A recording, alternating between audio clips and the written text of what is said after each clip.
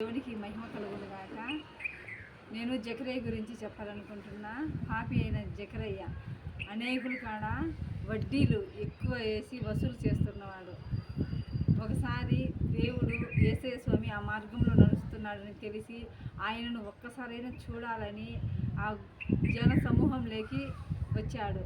కానీ అతను పొట్టివాడైనందున చూడలేకపోతున్నాడు. నేను ప్రభువును ఎలాగైనా చూడాలి అని ఆసక్తితో, ఆతృతతో, దేవుని యందు విశ్వాసంతో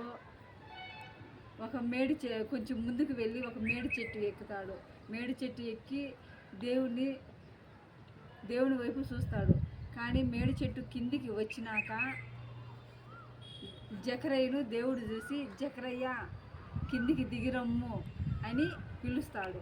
పిలిచినప్పుడు అప్పుడు జకరయ్య అనుకుంటాడు, నా పేరు ఈయనకి ఎట్లా తెలుసు అని ఎంతో సంతోషంగా కిందికి వెళ్తాడు. కిందికి వెళ్ళినాక జకరయ్య దేవుణ్ణి చూసి ఆయన యందు విశ్వాసం ఉంచి ఆయనలో ఉన్న పాపమును విడిచిపెట్టి ఆయనను తన ఇంటికి చేర్చుకొని ఆయనకు, ఆయన కుటుంబానికి రక్షణ ఇస్తాడు. ఆయన పాపము డబ్బులంతా 4వ భాగం వంతున ప్రతి ఒక్కరికి ఇచ్చేస్తాడు. తన ధనమును విడిచిపెడతాడు దేవుని కోసం. అన్నిటినీ విడిచిపెట్టి వాళ్ళ కుటుంబాన్ని రక్షణ వైపు నడిపిస్తాడు.